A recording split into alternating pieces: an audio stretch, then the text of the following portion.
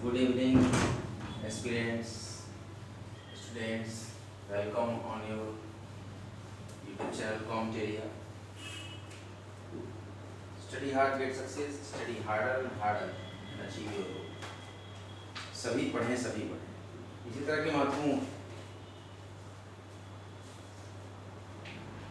lectures में लाए हैं question often confused in examination hall series. When the aspirants attempt the question at the time of the examination, for example, as UPSC pre-examination, for example, the student have a very big preparation, complete preparation, but in some questions of the statement type questions, however, only one statement is not clear in their mind at the time of the question approaching. Then the student is confused. And such type of confusion and confusing questions that are searched by Comteria YT channel and provide a purified version of the gist at the crux or the juice of the NCERT of the concerned folder I Polity and Constitution. अगर आप channel पर नए हैं तो कृपया channel को subscribe कर दें, लाइक कर दें, शेयर कर दें और कॉमटेरिया यूट्यूब चैनल को सब्सक्राइब करें। एक महत्वपूर्ण vacancy update, vacancies in law aspirants, vacancies for law aspirants, junior law officer in Rajasthan state, junior law officer in Rajasthan state, namely JLO exam, junior law officer exam conducted by Rajasthan Public Service Commission, conducted by RPSC.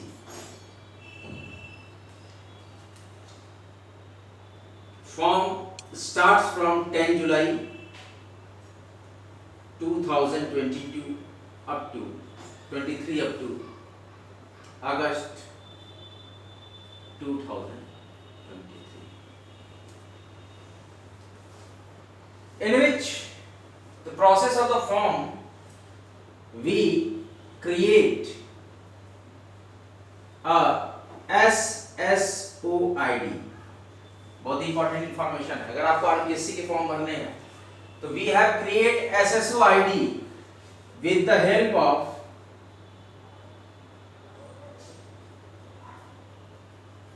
Google account. अपने Google account से create करेंगे SSOID. किस website पे? RPSC की website पे आप SSOID बनाएंगे, new sign up करेंगे, साइन अप SSOID,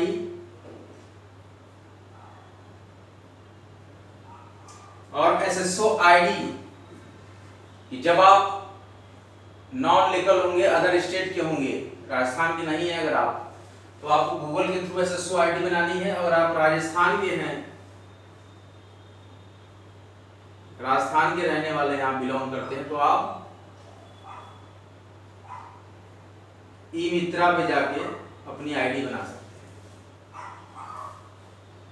ई मित्रा सेंटर होते हैं वहाँ लोकल, और वहाँ पे एक तरह का आधार,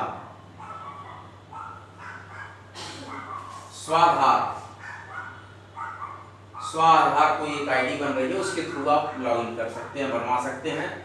लेकिन हम नॉन लोकल्स के लिए क्या है, गूगल अकाउंट के थ्रू, गूगल अकाउंट के through, Facebook account, Google account उसमें आएगा आपका, उसके थ्रू आप क्रिएट करेंगे. फिर SSOID बनाने के बाद आप OTR फिल करेंगे. सबसे पहले ध्यान रखिएगा, OTR सिस्टम आगे राजस्थान में, राजस्थान में किसी फॉर्म भरने के लिए आयोग के OTR आपको वन टाइम रजिस्ट्रेशन करना होगा. वन टाइम रजिस्ट्रेशन में अगर जनरल कैटेगरी के हैं, वन टाइम रजिस्ट्रेशन नया नियम आया है, ध्यान रखिए. आरपीएससी की किसी भी फॉर्म को भरने के लिए वन टाइम रजिस्ट्रेशन करना होगा. तो जनरल कैटेगरी के हैं तो 614 रुपया 25 पैसा आपका लगेगा चार्ज। क्या लगेगा? 614 रुपया 25 पैसा आपका चार्ज लगेगा, या 624 रुपया कुछ पैसा लगेगा, जैसा भी आपका चार्ज हो।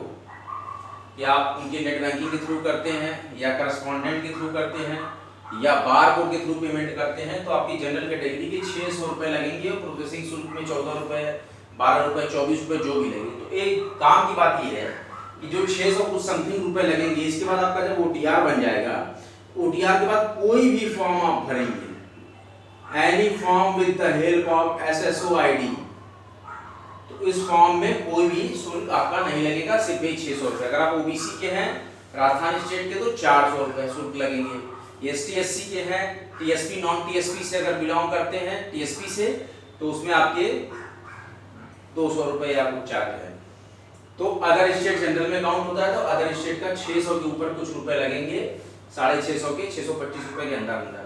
तो इस तरह से आप वन टाइम रजिस्ट्रेशन करके अपने फॉर्म भर सकते हैं, जूनियर लॉ ऑफिसर के और RAS के भी फॉर्म, मतलब एक ही रजिस्ट्रेशन फीस में सारे फॉर्म भरेंगे जितने भी। लगभग अभी हमको लगता है कि इसकी अवधि मेरे ख्याल से 5 साल तक रखी गई है फिलहाल। अब तो इलेक्शन आ रहे हैं, हो सकता है इलेक्शन मैनिफेस्टो की वजह से हो, कम से कम मान के चलिए कि 2 इयर्स तो इसकी वैलिडिटी रहेगी ही रहेगी, जो मैं कंफर्म समझ रहा हूँ। OTR जो आप करेंगे 600 रुपए का जनरल कैटेगरी की, इनकी 2 इयर्स तो इसकी वैलिडिटी रहेगी ही रहेगी। इसके बाद सारे जब आप कंप्लीट करेंगे तो व्यू एप्लीकेशन फॉर्म जब आपके आगे आ जाएगा, जहाँ से अप्लाई ऑनलाइन आएगा,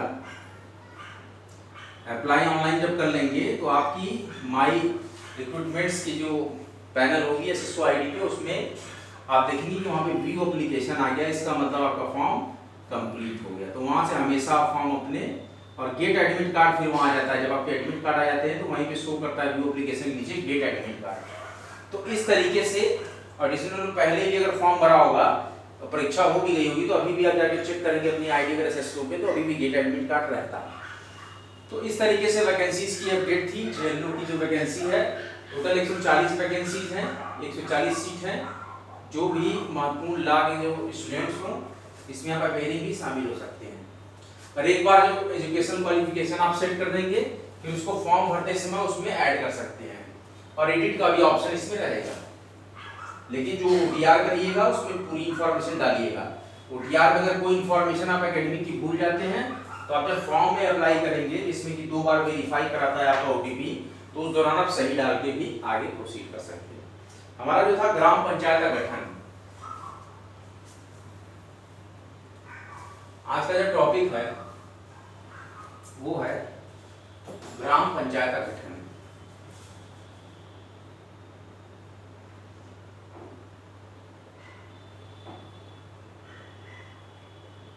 ग्राम पंचायत का गठन ये स्थानीय स्वशासन की सबसे छोटी इकाई है। स्थानीय स्वशासन की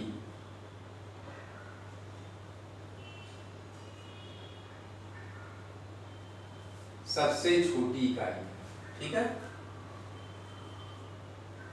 गांव में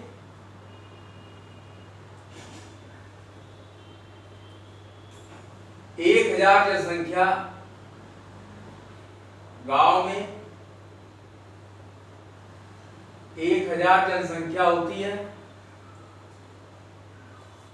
वहां पर ग्राम सभा काम करता है। कौन काम करता है? वहां पर ग्राम सभा का गठन किया जाता है। ध्यान से समझिएगा मेरी बात।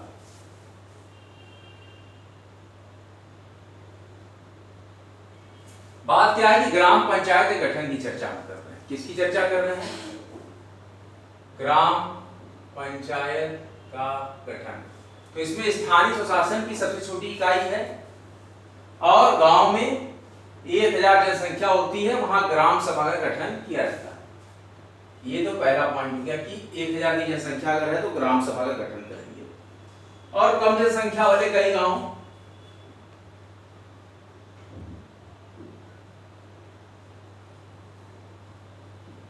कम जनसंख्या वाले कई गांव, गांवों को मिलाकर, कम जनसंख्या वाले कई गांवों को मिलाकर ग्राम सभा का गठन किया जाता है। आप ये मत ध्यान दीजिए आपने कितना पढ़ा, आप ये ध्यान दीजिए कि क्वेश्चन जो आ रहे हैं आपके लिए, जो क्वेश्चंस आपके एग्जाम में आएंगे उसके लिए आपने कितना पढ़ा, ये जानना जरूरी है। कहा जा रहा है ग्राम पंचायत जो है, ग्राम पंचायत जो है स्थानीय स्वशासन की सबसे छोटी इकाई है और गांव में 1000 जनसंख्या होती है, वहां पर तो उस गांव में क्या होती है, वहां पर ग्राम सभा का गठन किया जाता है और कम जनसंख्या वाले कई गांवों को मिलाकर भी ग्राम सभा का गठन किया जाता है। सभी स्त्री पुरुष, गांव के सभी स्त्री पुरुष, गांव के सभी स्त्री पुरुष किसके सदस्य हो सकते हैं बताइए, ग्राम सभा के लिए। ये इन्वर्टेड कॉमा में जो हमने बनाया है, गांव के सभी स्त्री पुरुष ग्राम सभा के सदस्य होते हैं।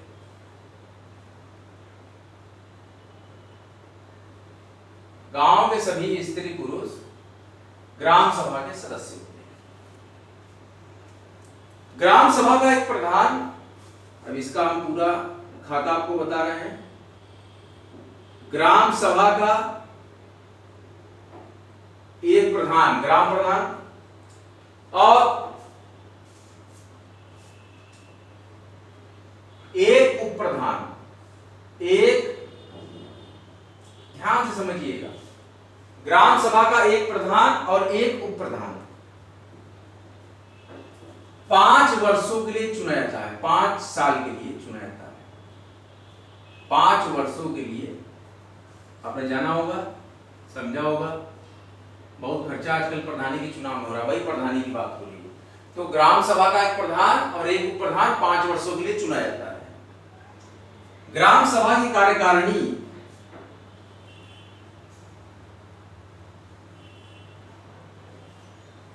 जो कार्य करती है उसको कार्यकारिणी बोलते हैं, उसमें सदस्य होते हैं।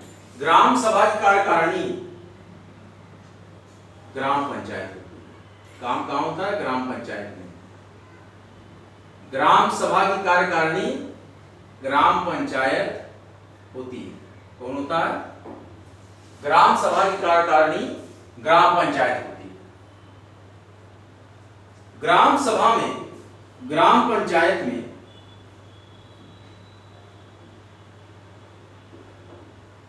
ग्राम पंचायत में 9 से 5 9 सदस्य या तो 5 भी सदस्य चुने जाते हैं। 9 से 5 तक सदस्य चुने जाते हैं।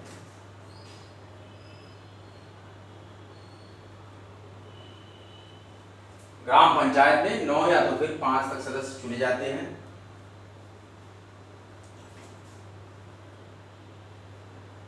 गांव के 18 साल से अधिक, कब हुआ था 18 साल, शारदा एक्ट, ध्यान आ रहा है। गांव के 18 साल से अधिक, पहले 18 साल वाले चुनाव में नहीं देते थे, वो पहले 16 ही साल वाले वो दे देते थे। तो वयस्कता की उम्र पहले 16 साल थी, बाद में वयस्कता की उम्र 18 साल की गई, ठीक है, और 21 साल की गई। जो शादी की भी उम्र जो बनाई गई वयस्कता की, तो वही बनाया 18 और 21, पहले 16 और 18 थे। तो ग्राम पंचायत में, और उससे पहले 12 वर्ष था। तो ग्राम पंचायत में 9 से 5 तक सदस्य चुने जाते हैं। गांव के 18 साल से अधिक आयु के सभी व्यक्ति, आयु के सभी व्यक्ति ग्राम पंचायत के सदस्य होते हैं।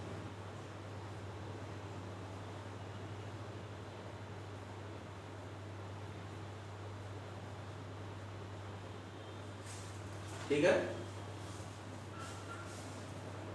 ग्राम पंचायत स्थानीय स्वशासन की सबसे छोटी इकाई है। कौन?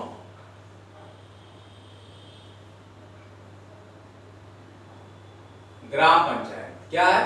ग्राम पंचायत स्थानीय स्वशासन की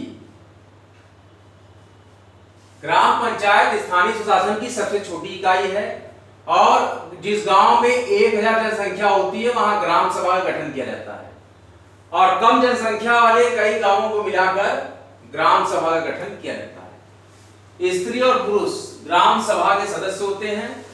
ग्राम सभा का एक प्रधान और एक उप प्रधान 5 साल के लिए चुना जाता है। ग्राम सभा की कार्यकारिणी ग्राम पंचायत होती है। ग्राम सभा की कार्यकारिणी मतलब एक्सक्यूशन जहां से कार्य होता है वो क्या होता है, ग्राम पंचायत के नाम से होता है। ग्राम सभा की कार्यकारिणी ग्राम पंचायत होती है और ग्राम पंचायत में 9 से 5 तक सदस्य होते हैं,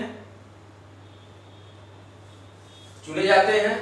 जो सदस्यों की संख्या 5 भी हो सकती है और 9 तक भी हो सकती है सदस्य की संख्या। और गांव के 18 साल से अधिक आयु के सभी व्यक्ति इसके सदस्य होते हैं जो कि बालिग होते हैं।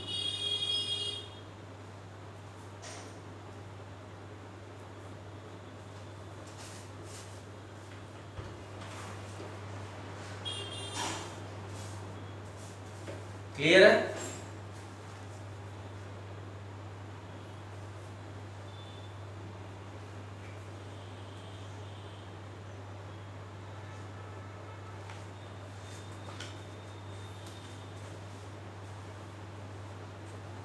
आप लोगों ने रिवीजन बुक निकालिए, मैं रिवाइज करा देता हूँ एक बार इस टॉपिक को। आज से टॉपिक यहीं तक हम पढ़ेंगे। बहुत ही धीरे धीरे और बहुत ही क्लियर माइंड से हम इस प्रोग्राम को खत्म करेंगे।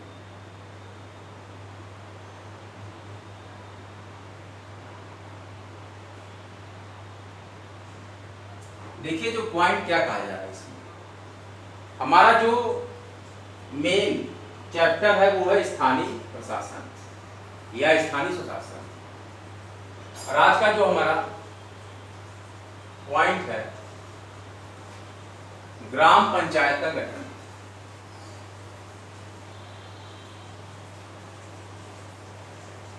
तो ग्राम पंचायत स्थानीय स्वशासन की सबसे छोटी इकाई है। ग्राम पंचायत स्थानीय स्वशासन की सबसे छोटी इकाई है। क्या है? ग्राम पंचायत स्थानीय स्वशासन की सबसे छोटी इकाई है।